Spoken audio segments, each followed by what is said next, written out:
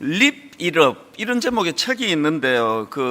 원어를 그대로 직역해서 그대로 갖고 온 책 제목입니다.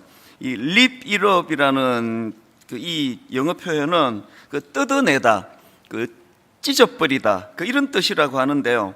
무언가를 완전히 새롭게 바꾸도록 요구할 때 쓰는 표현이랍니다. 그럼 이 책에서 완전히 립 일업, 완전히 뜯어내고 새로 고치고 새롭게 바꾸도록 뭘 요구하고 있나? 이 책이 아주 집요하게 한 가지를 계속 강조합니다. 그게 뭐냐 하니까 이런 이야기 많이 듣잖아요. 생각을 바꿔야 된다. 매일 긍정적인 생각을 하면 인생이 행복해진다. 백만장자처럼 되고 싶다면 부자가 될 수 있는 생각을 고쳐야 된다. 이런 긍정적인 생각을 많이 강조하고 그것이 중요하다고 우리는 그렇게 들어왔는데 그게 아니라는 거예요. 이 책이 주장하는 게. 생각을 바꾸는 것도 중요하지만 그런 긍정적인 생각만으로는 삶을 바꿀 수 없다. 그럼 뭐가 인생을 바꾸느냐? 생각도 바꾸어야 되지만 그 변화된 생각을 바탕으로 행동을 바꾸어야 된다는 겁니다. 이게 립 일업, 완전히 이걸 뜯어고치고 바꾸기 위해서 요구하는 이런 책 제목을 쓴 이유가 처음부터 끝까지 이거 하나만 강조하는 책이거든요. 이 이론을 주장했던 윌리엄 제임스라는 아주 옛날 분입니다. 이분이 이제 뭘 강조하는지 이분이 했던 말 한마디만 들으면 알 수 있습니다. 윌리엄 제임스가 이런 말을 했습니다. 어떤 성격을 원한다면 이미 그런 성격을 가지고 있는 사람처럼 행동해라. 내가 좀 내성적인데 나는 외향적인 게 좋아. 그런 생각을 갖고 있으면 그 외향적인 사람처럼 행동하라는 거예요. 다락방 모임을 갔는데 나는 되게 좀 소심하고 낯선 사람 낯가리고 하는데 어떤 분은 거침없이 안아주고 손잡아주고 큰 소리로 환영하고 하면 그게 보기가 좋잖아요. 여러분도 그렇게 해버리라는 거예요. 그렇게 하면 행동을 그렇게 옮기면 생각과 성격이 그걸 따라간다는 게 이 책이 주장하는 핵심 포인트입니다. 이런 말들 많이 하지 않습니까? 행복하기 때문에 웃는 게 아니라 웃기 때문에 행복하다. 그 본능은 행복할 때 웃습니다. 그래 이런 얘기 하시잖아요. 아이고 나는 웃을 일이 없어. 그게 벌써 자기를 자꾸 이제 더 움츠리게 만든다는 거예요. 웃을 일이 없으세요? 더 웃는 거예요. 마스크를 벗으면 걱정입니다. 여러분들이 지금 마스크 안으로 너무나 안 행복해 보이는 표정으로 지금 저를 보고 계시기 때문에 그래서 예배가 은혜가 안 되고 우리 목사님 설교 준비를 저렇게 했을까라고 할 때는 크게 아멘! 하고 막 웃어버리고 안 웃기는데도 막 웃어버리고 하면 내가 각성하게 될 거 아닙니까? 이 행동이 이렇게 중요하다는 거예요. 우울하면 그냥 풀 다 주고 하루 종일 침대에 들어누워가지고 이렇게 있으면 그게 강화가 된다는 거예요. 마음이 우울할수록 활기차게 옷 갈아입고 공원 한 바퀴 돌아야 되겠다. 또 빠르게 걷고 소리를 지르고 저게 제가 자주 하는 표현이에요. 행복하다 이러면서 주여 제가 행복한 거죠. 이렇게 혼자서 소리를 지르면서 그렇게 하면은 한 시간 걷고 나면 우울했던 기분 싹 가시는 거예요. 이건 저는 오래전부터 경험하고 있는 거거든요. 그래서 저는 행복하기 때문에 웃는 게 아니라 웃기 때문에 행복하다. 일단 행동하면 그 행동이 그 사람을 변화시킨다는 이 주장이 저는 너무 공감이 되고 동의가 됩니다. 그래서 이 책에서 주장하고 있는 변화하고 싶다면 먼저 행동을 바꾸어라. 변화하고 싶습니까? 행동을 바꾸시면 돼요. 다락방 가셔가지고 여러분이 내성적인 성격이 좋으시면 그것도 나쁘지 않아요. 조용하고 이렇게 차분하고 묵상하고 이거 좋은 분은 그렇게 하시고요. 저는 대학교 다닐 때 좀 부산했던 사람이에요. 집에 붙어 있지를 못하던 사람이었는데 바꾸었습니다. 저는 요즘에 한 주 내내 그냥 책상에 앉아 있어도 하나도 답답하지 않게 됐거든요. 바꾸니까 되더라고요. 여전히 저 안에 외향적인 성격은 많이 약해졌지만 사라진 건 아니지만 굉장히 그런 내성적인 부분이 강화가 되는 거 이게 얼마든지 가능합니다. 이런 면에서 저는 그 나이키 신발, 그 신발을 좋아하기도 하네요. 안 좋아하는 건 아니지만 그 신발에 관심이 있는 게 아니고요. 저는 나이키가 갖고 있는 그 카피라이트 문구 너무 좋습니다. Just do it. 일단 한번 해봐라. Just do it. 이제 일단 한번 사봐라. 이렇게 하려고 그 카피를 그렇게 만든 것 같은데 신은 사지 마시고요. 한번 이렇게 자꾸 저는 외쳐요. Just do it. 뭐가 두렵냐? 뭐가 걱정이냐? Just do it. 한번 해봐라. 일단은 시도해봐라. 제가 왜 이렇게 말씀을 시작하는가 하면요, 오늘 본문에서 예수님이 우리에게 말씀하시는 핵심 포인트가 이거예요. 오늘 본문은 그 산상수훈의 결론 부분입니다. 결론 중의 결론이에요. 시간 되시면요, 집에 가셔서 마태복음 5장부터 시작되는 5장부터 7장까지 이 산상수훈을 읽어보시면 진짜 우리에게 유익한 게 맞습니다. 엄청나게 긴 5장, 6장, 7장에 걸쳐서 주님께서 이 예수 믿는 자들이 알아야 될 여러 가지 것들을 다 피력하시고, 그리고 이제 내린 결론의 말씀이 이 오늘 본문이에요. 마태복음 7장 24절을 한번 보십시오. 그러므로 누구든지 나의 이 말을 듣고 행하는 자는 그 집을 반석 위에 지은 지혜로운 사람 같으리니. 그리고 26절, 나의 이 말을 듣고 행하지 아니하는 자는 그 집을 모래 위에 지은 어리석은 사람 같으니. 인생이요, 모래 위에 지은 막 위태위태하고 불안하고 이거는요, 뭐가 모자라서가 아니에요. 행하지 않아서 그렇다는 겁니다. 그게 아까 just do it, 혹은 네가 바꾸고 싶으냐? 일단 그렇게 행동해라. 이다 같은 맥락 아니겠습니까? 왜 우리가 말씀을 듣습니까? 왜 성경을 읽습니까? 변화하려고 읽는 거예요. 우리가 무슨 그냥 막 지식적으로 지적인 호기심을 위해서 성경을 읽는 게 아니잖아요. 그러면 내가 읽는 이 성경 말씀이 내게 어떤 변화를 가져다 주느냐? 그리고 바로 행동하는 거예요. 마태복음 5장부터 나오는 산상수훈을 읽다 보면은 원수를 사랑하라 이런 대목이 나오거든요. 그럼 그 즉시로 약간 홀드해 놓고 약간 지금 관계가 서먹서먹한 사람들이 전화해버리는 거예요. 내가 성경 읽다가 내가 네 생각이 났는데 미안했다. 우리 잘 지내자. 그리고 끊어. 나 성경 읽어야 된다. 끊고 또 읽는 거예요. 행하는 거예요. 행하는 거. 이게 예수님 말씀입니다.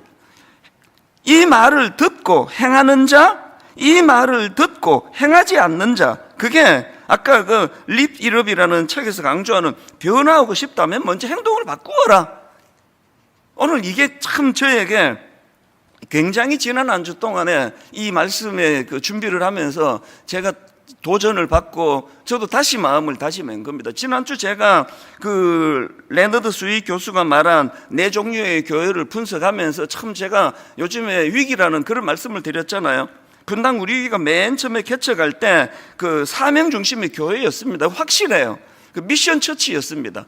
우리 건물 없어도 주중에 모일 때 없어도 불편해하지 않고 정말 사명 중심으로 우리 행복하게 교회가 시작이 됐는데, 그 교수님 분석처럼 좀 있으니까 이게 그 미니스트리 처치, 우리말로 목회적 교회로 건너가더라고요. 사명을 감당하기 위하여 막 유기적으로 일하고 사역하고 이런 것들은 조금씩 느슨해지고 이제 이 조직이 중요해지고 교회를 하려고 하다 보니까 여러 가지 이런 시스템을 만들고 이런 것들로 이제 진행되더라고요. 그리고 이걸 좀 시간이 좀 더 지나니까 이게 이제 현상 유지적인 교회, 메인터넌스 교회로 분당 우리 교회도 그렇게 흘러갈 수밖에 없다는 걸 저는 알거든요. 그래서 제가 뭘 두려워했다 그랬습니까? 이거를 내버려두면 이 현상 유지하기에 급급하다가 급기야는 이제 박물관 교회처럼 굳어버린 교회. 박물관은 다 옛날 거 보러 가잖아요. 그 옛날에 이랬구나, 3000년 전에 이런 그림이 나왔네. 이 끔찍한 유럽 교회가 보여주고 있는 그런 모습인데요. 그래서 제가 마음에 너무나 지난 한 2월 내내, 그리고 이제 미국 가 있는 기간 동안에 두려움이 많았습니다. 이제 분당 우리 교회는 이 흐름을 따라 가지고 현상 유지적인 교회로 이제 흘러가고 있는 건가? 이게 이제 마음에 두려움이 많아서 여러분들한테 제가 이런 말씀을 좀 나누지 않았습니까?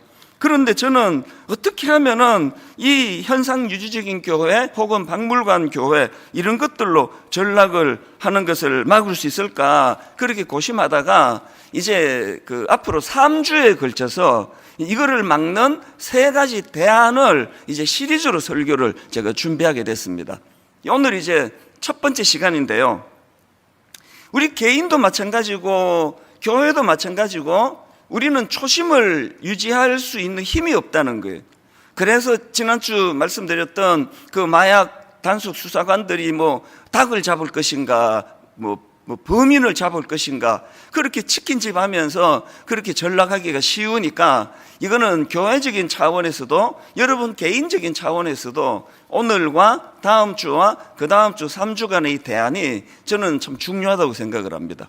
자, 오늘 우리가 이렇게 그 현상 유지적인 교회나 박물관 교회로 전락하는 걸 막을 수 있는 대안이 뭐냐? 2가지로 제가 정리를 했습니다. 변질을 막기 위한 2가지 대안. 첫째, 말만이 아니라 행함이 따르는 믿음으로 전환을 해야 된다는 겁니다. 24절을 다시 한번 보십시오. 그러므로 누구든지 나의 이 말을 듣고 행하는 자는 그 집을 반석 위에 지은 지혜로운 사람 같으리니, 예수님께서 이 맥락으로 말씀을 주시는 건요, 그 앞에 15절부터예요. 자, 마태복음 7장 15절 한번 보십시오. 거짓 선지자들을 삼가라. 양의 옷을 입고 너희에게 나아오나 속에는 노략질하는 일이라. 여기서 지금 거짓 선지자의 특징이 가장을 잘하는 거예요. 가장을. 그래서 이 양의 옷을 입고 나타나니까요. 그래서 뭐 엄청 자기가 대단한 선지자인 것처럼 그렇게 이야기를 하는데 이게 뭐 이게 진짜인지 가짜인지 어떻게 아느냐고요. 이 구분을 주님이 어떻게 하시느냐. 자, 15절부터 다시 읽어드릴게요. 거짓 선지자들을 삼가라. 양의 옷을 입고 너희에게 나아오나 속에는 노략질하는 일이라. 그렇기 때문에 16절, 그들의 열매로 그들을 알지니 가시나무에서 포도를 또는 엉겅퀴에서 무화과를 따겠느냐? 어떤 번역을 보니까 여기 나오는 열매를 그들의 행동으로 그들을 알지니 이렇게 번역한 것도 제가 본 기억이 있습니다. 여러분이 보기에 저 목사님이 저게 신령한 목사인가? 저 좀 변질된 목사인가? 구분하는 거 별로 어렵지 않아요. 그 열매를 보면 안 되는 거예요.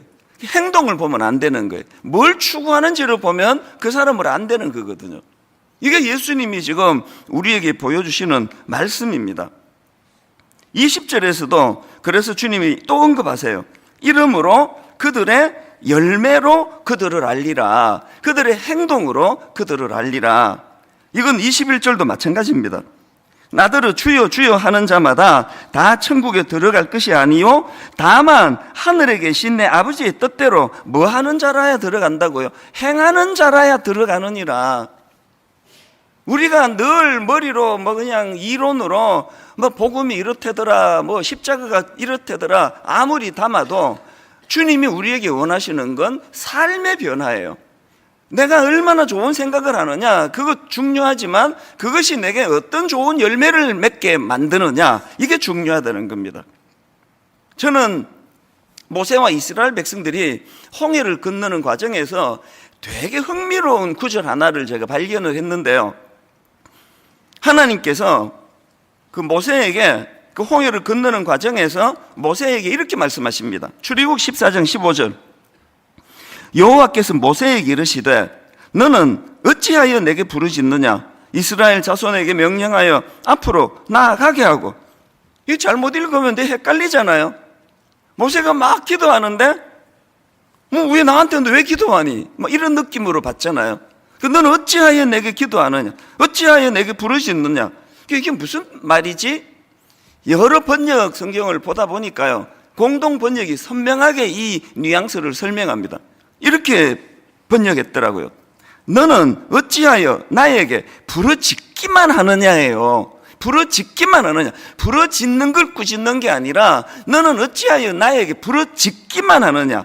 그렇게 기도했으면 이제 이스라엘 백성들에게 뭘 명령합니까? 전진하라고 명령해라. 이게 저에게 오래전에 깨달은 이 말씀이 굉장히 저에게 자리를 잡았습니다. 너는 어찌하여 나에게 부르짖기만 하느냐? 이스라엘 백성에게 전진하라고 명령해라. 저는 이 말씀이요, 야고보서 2장 22절, 내가 보거니와 믿음이 그의 행함과 함께 일하고 해요. 믿음이 그의 행함과 함께 일하고 행함으로 믿음이 온전하게 되었느니라. 그래서 이제 제가 그 3주 동안 너무나 두렵고 불안하고 괴로운 시간을 보냈는데요, 한 3주를 그렇게 묵상을 했더니 하나님이 대안을 주시고, 그 첫 번째로 지난주에 그렇게 설교를 했더니 얼마나 행복했는지 모릅니다. 분당 우리 교회가 이제 현상 유지적인 교회로 전락하지 않고 뮤지엄 교회로 전락하지 않도록 우리 모두가 힘을 합하자고 그랬더니요, 한 주 내내 들려왔던 너무너무 반갑고 고마운 이야기들, 지친 순장님이 연락을 해주시고요, 또 교구에서 말씀하시는데, 지난주 설교 듣고 내가 힘을 내기로 했다고, 내가 하나님 앞에 더 달려가기로 했다고, 우리 청년들이 또 많은 성도님들이 이제 이런 말씀이 선포되고 나니까, 맞아, 분당 우리 교회가 이런 어떤 현상 유지적인 교회로 전락하는 거 막을 수 있어, 막아야 돼. 많은 분들이, 우리 교구 목사님들이, 전사님들이 저에게 그런 소식을 전해줄 때 진짜 행복했습니다. 피리를 불면 춤추는 성도들이 모인 교회. 비록 우리가 좀 부족하고 저도 뭐 여러 가지 연약하고 하지만 우리의 이 강점만 살아있다면 분당 우리 교회 절대로 박물관 교회로 전락하는 일이 없을 줄 믿습니다. 아까 말했잖아요, 은혜가 좀 안 될 때는 더 크게 하라고, 아멘을. 그러면 갑자기 그 다음부터 은혜가 돼요. Just do it.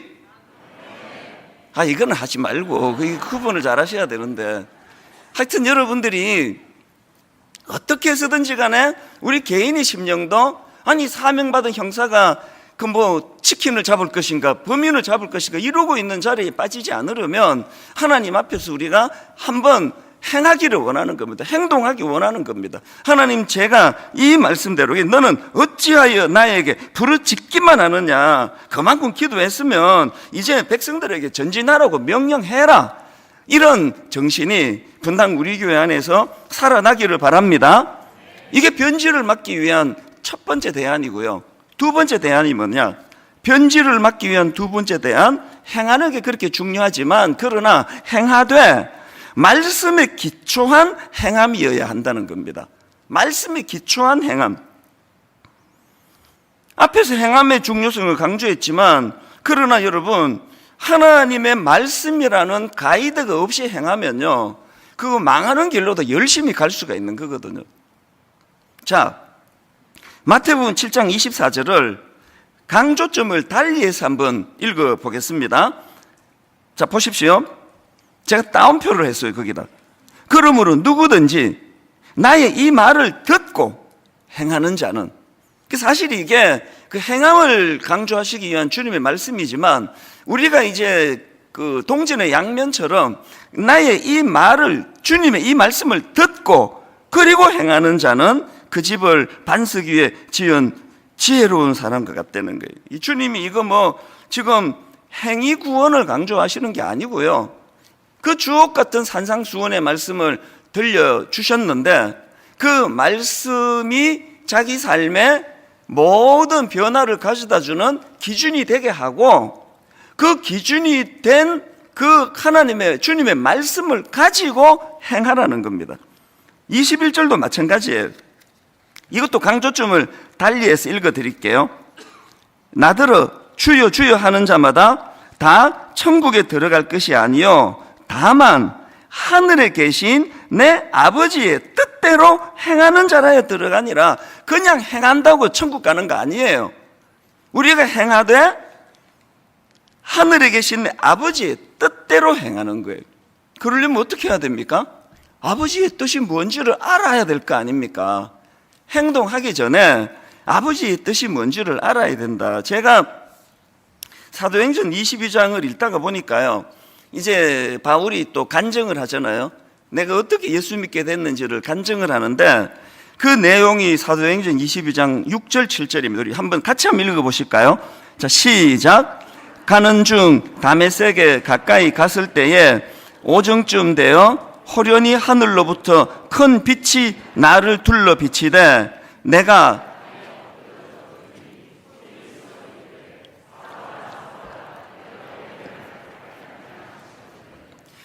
그 주님을 핍박하고 예수 믿는 사람을 잡아 죽이고 하던 이 바울이 이제 인생의 결정적인 전환을 맞이하는데 예수 그리스도를 인격적으로 만난 거예요. 어떤 분들 그 예배를 드리다가 너무나 드라마틱하게 하나님을 만나서 예배 끝나고 다 돌아가는데도 그 자리를 못 떠나고 눈물이 범벅이 되어 기도하는 분들을 저는 그 개척 초창기부터 많이 봤습니다. 너무너무 가슴 벅찬 은혜를 경험했는데요. 그랬더니 사도 바울이 이런 질문을 드립니다. 8절. 내가 대답하되 주님 누구시니까? 이거는요 주님과의 관계 회복을 위한 질문 아닙니까? 주님 누구시니까 하니 이르시되 나는 네가 핍박하는 나사렛 예수라 하시니라. 그랬더니 그 다음 10절에서 내가 이르되 주님 무엇을 하리이까?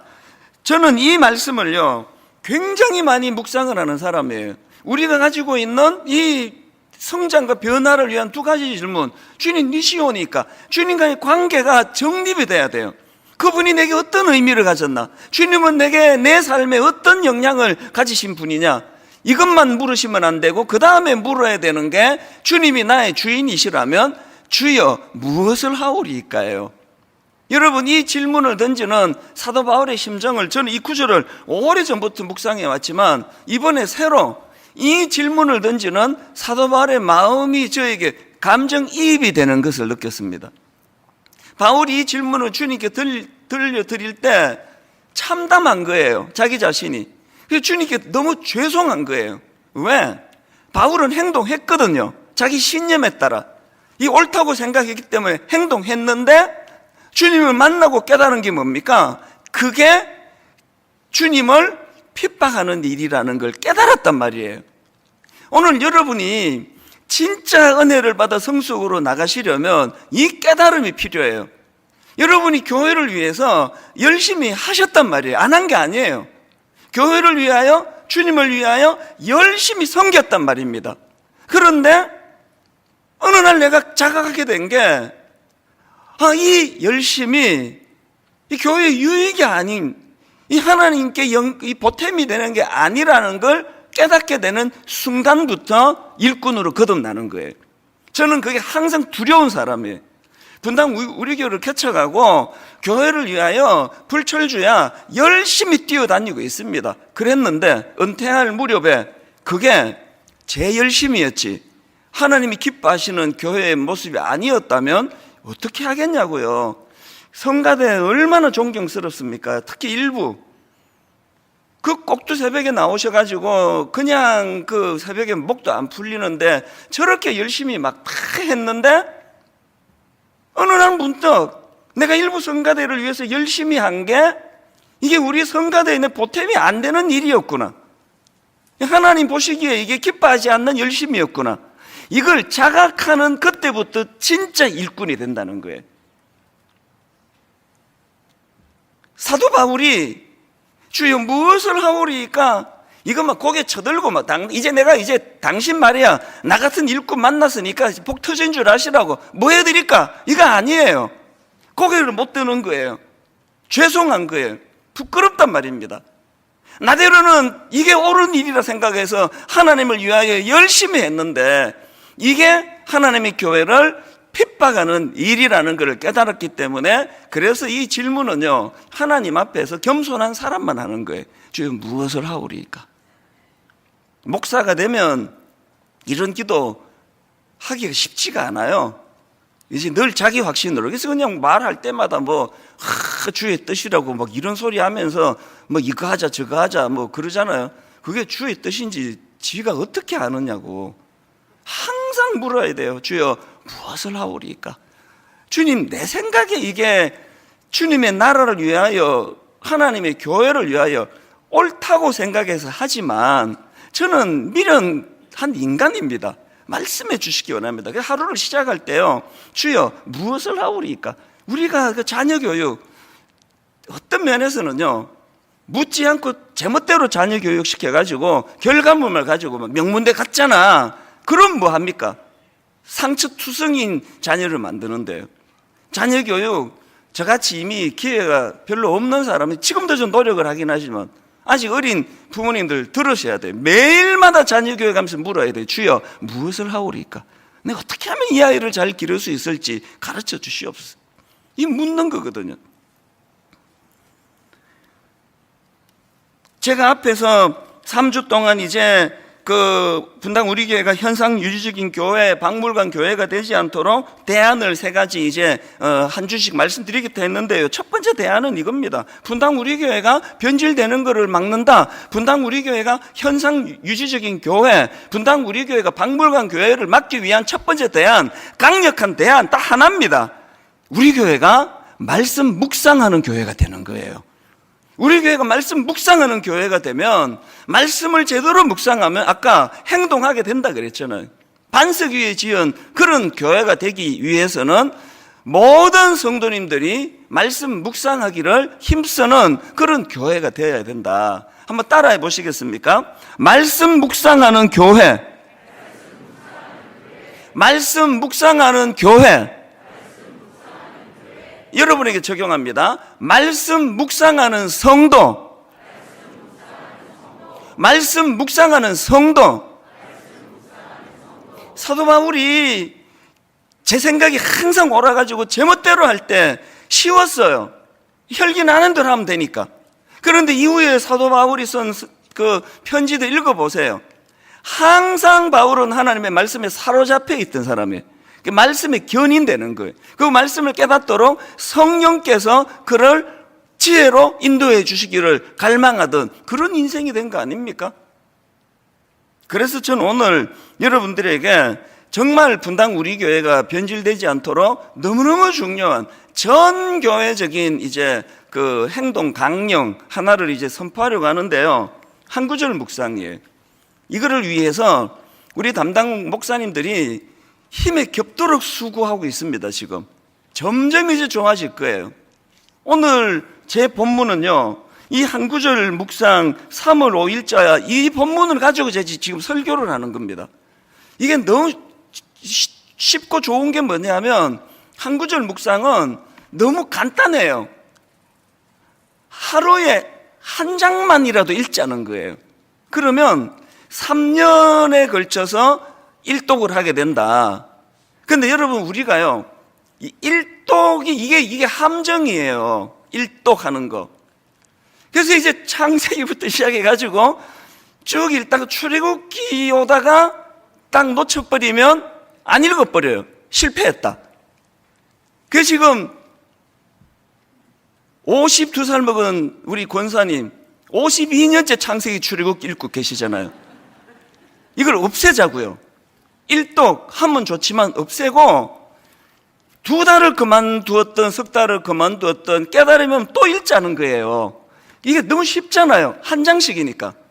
그리고 그걸 교회에서 한 구절을 묵상할 수 있도록, 우리는 초신자가 많은 교회니까 한 구절이라도 묵상할 수 있도록 이 자료를 드리니까요. 그래서 저는 마음에서 이제 그 한 구절 묵상 이 내용을 하면서 제가 싸우는 걸 고백할 수밖에 없습니다. 대형 교회가 되면은요, 담임 목사가 맨날 싸우는 게 있습니다. 자꾸 이벤트 하고 싶은 거, 차육관 빌려가지고 20주년 행사하고 싶고요. 막 엄청 이 출정식도요, 막 어마어마한, 우리는 뭐 본당이 이래가지고 뭐 하기가 좀 어렵긴 해요. 한 5천석 되는데 막 전 교인들 모아놓고 막 구호 외치고 폭죽 날리고 막 그렇게 하고 싶은 유혹이 저에게 매일매일 있습니다. 21년째 참고 있습니다. 왜 참을까요? 그게 소용이 없다는 걸 알아요. 한번 모여가지고 으쌰 100번 해도 소용없습니다. 성도들이 성경을 안 읽는데 이벤트가 그 교회를 어떻게 성숙하게 만드느냐. 왜 제가 창립 21주년에 우리 교회가 박물관 교회 되는 걸 막기 위해서 미국에서 고심하면서 해서 성도님들 그러신대요. 우리 목사님이 어디만 다녀오면 뭐 하자 그런다고. 어디만 다녀오면 뭐 또 막 뭐 그래서 기대가 된다고 그런 이야기를 하시더라고요. 맞습니다. 3주 내내 틀어박혀가지고 고민하니까 이걸 주셨어요. 다음 주, 그 다음 주 3주 동안 우리가 이 세 묶음을 가지고 나갈 텐데요. 가장 강력한 거, 하나님 앞에 우리가 말씀 묵상하는 교회. 그래서 저는 여러분 두 가지 약속을 드리는데요. 이 한 구절 묵상을 잘 하실 수 있도록 모든 것들을 다 제공해 드릴 겁니다. 이제 하루에 한 번 홈페이지로 들어와 보세요. 홈페이지에 지금 벌써 GNM 문화재단에서 너무 고맙게 그 오디오 그 성경을 만들었잖아요. 출근하시면서 그 귀에 꽂고 그 한 장을 계속 들으면서 출근하시면 좋을 것 같아요. 이럴 거야 more than I can say. But maybe love isn't holding on. Maybe it's knowing when to walk away.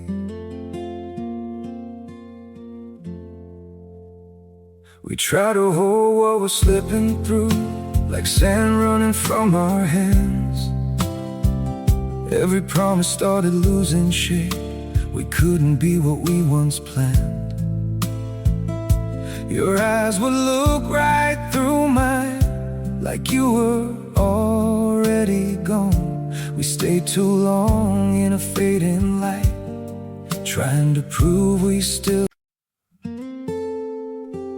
It hurt good, more than I can say. But maybe love isn't holding on. Maybe it's knowing when to walk away.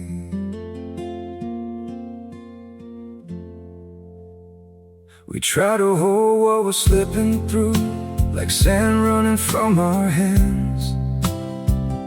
Every promise started losing shape. We couldn't be what we once planned. Your eyes would look right through mine, like you were already gone. We stayed too long in a fading light, trying to prove we still. It hurt good, more than I can say. But maybe love isn't holding on.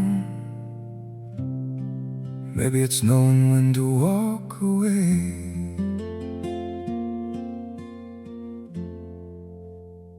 We try to hold what we're slipping through, like sand running from our hands.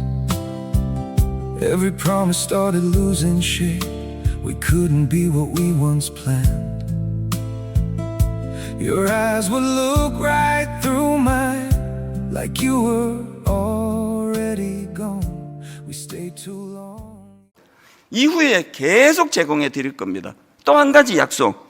이제 여러분이 한 구절 묵상은요, 이게 가장 기초 중에 기초예요. 이미 말씀을 깊이 읽으시는 분, 이미 깊이 묵상하시는 분들을 위해서 이제 그 중급, 고급, 심화 계속 만들어 갈 겁니다. 분명히 약속을 드립니다. 그래서 여러분 지금 깊이 읽으시는 분은 이거 그냥 쏙 읽으시면 되고요. 여러분 하시는 대로 하시면 돼요. 여러분 그냥 지금까지 깊이 읽으시는 대로 하시면 돼요. 중요한 건 뭘 가지고 하든지 간에 우리는 말씀 묵상하는 교회다. 이벤트하는 교회 아니다. 제가 이거를 못을 박습니다. 쐐기를 박습니다. 체육관에서 21주년 기념 행사하겠다 그러면 아무도 나오지 마세요. 절대 나오지 마세요. 우리 그런 교회 아니라고 목사님 그랬잖아요. 왜 약속 안 지키시느냐고. 우리는 교회적으로 말씀 묵상하는 교회예요. 우리는 교회적으로 한 사람 한 사람이 말씀으로 성숙해지는 교회입니다. 건강한 교회가 뭐 별거 있습니까? 건강한 사람이 모이면 그게 건강한 교회 아닙니까? 이벤트 안 해도 돼요. 좀 하고 싶어요. 못하게 막아주세요. 그럼 어떻게 하면 됩니까? 여러분 이거 하시면 되잖아요. 하나님 앞에서 우리가, 그래서 저는 여러분들 제가 하나님 앞에서 이제 더 이상 불안해하지 않아요. 이제 피리를 불면 춤추는 성도들이 모였는데 오늘 제가 한 구절 묵상에 피리를 불 때 이제 막 이곳저곳에서 말씀 읽고 묵상하고 있는 이런 역사가 일어날 줄로 믿습니다. 이게 왜 중요한지 아십니까? 왜 이게 중요하냐? 왜 반석 위에 말씀을 기초로 한 이게 중요하냐? 반드시 우리 인생이 흔들리는 때가 오기 때문이에요. 자, 본문 24절을 다시 보십시오. 그러므로 누구든지 나의 이 말을 듣고 행하는 자는 그 집을 반석 위에 지은 지혜로운 사람 같으리니 비가 내리고 창수가 나고 바람이 불어 그 집에 부딪히되 무너지지 아니하나니 이는 주추를 반석 위에 놓은 까닭이요 나의 이 말을 듣고 행하지 아니하는 자는 그 집을 모래 위에 지은 어리석은 사람 같으리니 비가 내리고 창수가 나고 바람이 불어 그 집에 부딪힘에 무너져 그 무너짐이 심하니라. 저는 여기서 두 가지 너무너무 중요한, 이게 위기기도 하고 기회기도 한 두 가지 인생의 법칙을 깨닫는데요. 첫째가 뭔지 아십니까? 반석 위에 지은 집이라도 모래 위에 지은 집이라도 평상시에는 표시가 안 나요. 성경 한 구절 안 읽고 뭐 장로가 될 수 있고 권사 될 수 있고도 표시가 안 나요. 어떻게 표시가 납니까? 두 번째 제가 찾는 진짜 중요한 메시지는요, 반드시 인생의 위기가 올 때 그때 치명적인 어려움이 생기고 그때 회복이 일어날 수 있는 건 이 두 구조라는 거예요. 지금 여기 반석 위에 지은 집, 모래 위에 지은 집의 공통점이 25절과 27절에서 토시 하나 다르지 않는 말씀이 이겁니다. 비가 내리고 창수가 나고 바람이 불어 그 집에 부딪히매예요. 성경 많이 읽는다고 비바람 몰아치지 않는 거 없고요. 성경 안 읽어도 또 똑같아요. 방심할 수 없습니다. 언제 인생에 우리 가정에 위기가 휘몰아칠지 모르는데 그때 반석 위에 지은 집은 견고한 거예요. 저는 이거를요, 이론으로 말씀드리는 거 아닙니다. 저는 어릴 때 우리 가정을 통해서 이거를 뼈저리게 제가 정말 체험한 사람이에요. 목사님이셨던 아버지가 금식기도 하시다가 갑자기 돌아가시고, 그야말로 우리 집은요, 바람이 불고 창수가 나고 그 집에 부딪히는 일, 뭐 그 정도가 아니에요. 가장이 돌아가셨어요. 예고도 없이. 아니, 뭐 한 3년 투병하다가 돌아가셨으면 대비라도 하죠. 은혜 받겠다고 기도하러, 산기도하러 가신, 기도원에 가신 아버지가 갑자기 돌아가셨단 말이에요. 우리 가정의 위기 중에 위기예요. 5남매 중에 저는 막내기 때문에 더 위험하잖아요. 얘는 도저히 못 키우겠다. 그래갖고 어디 그 고아원이나 보냈으면 내가 어떡할 뻔했냐고요. 그때 우리 어머니가 굉장히 유약하신 분이에요. 저하고 성격이 좀 달라요. 저 아버지를 닮은 성격이고요. 남자 성도님 얼굴도 잘 못 쳐다보시는 분이 저희 어머니예요. 갑자기 용사가 되셨어요. 우리 5남매를 가제트의 손으로 탁 붙여보셔가지고 어떻게 가능했는지 아십니까? 바람이 불고 창수가 나고 위기가 찾아올 때, 말씀이 살아있을 때 그 말씀의 능력이, 저희 어머니는요, 성경 통독한 건 못 세요. 수천 독을 해가지고 계산을 못 합니다. 성경 암송, 로마서 전체를 다 외우셨어요. 또 뭐 제 문제가 어머니가 외우시는 걸 못 외워요. 그 외에 많은 성경을 외우셨어요. 줄줄줄줄 나와요. 그리고 나의 연세가 드셔서 이제 성경을 쓰시기 시작했는데 창세기부터 요한계시록까지 11번을 썼습니다. 손이 부들부들 떨리는 그 상황에서도 저에게 유산으로 하나 물려주신 거 보면 글씨가 삐뚤빼뚤 이게 우리 가정을 살렸다니까요. 어머니가 말씀을 묵상하고 말씀을 필사하고 말씀을 가지고 줄줄줄 외우는 게 왜 중요하냐? 얼마나 많은 그 오남매를 키우느라고 그 사단의 시험이 많았겠냐고요. 그 고비고비마다 이렇게 공격하면 이 말씀이 나오고, 사단이 저렇게 공격하면 저 말씀이 나오고, 다 막아내는데 무슨 수로 사단이 공격하느냐고요. 여러분, 위기가 올 때, 사단이 공격할 때 막아낼 말씀이 한 구절이라도 있습니까? 그럼 맨날 공격에 노출되는 거 아닙니까? 지금부터 하자고요. 아니 뭐 성경 안 읽어도 뭐 사업만 잘 되는데, 옛날 전도하면 나 내 주먹을 믿어. 얼마나 오래 믿는지 한번 봅시다. 그거 50년 뒤에도 그렇게 말할 수 있습니까?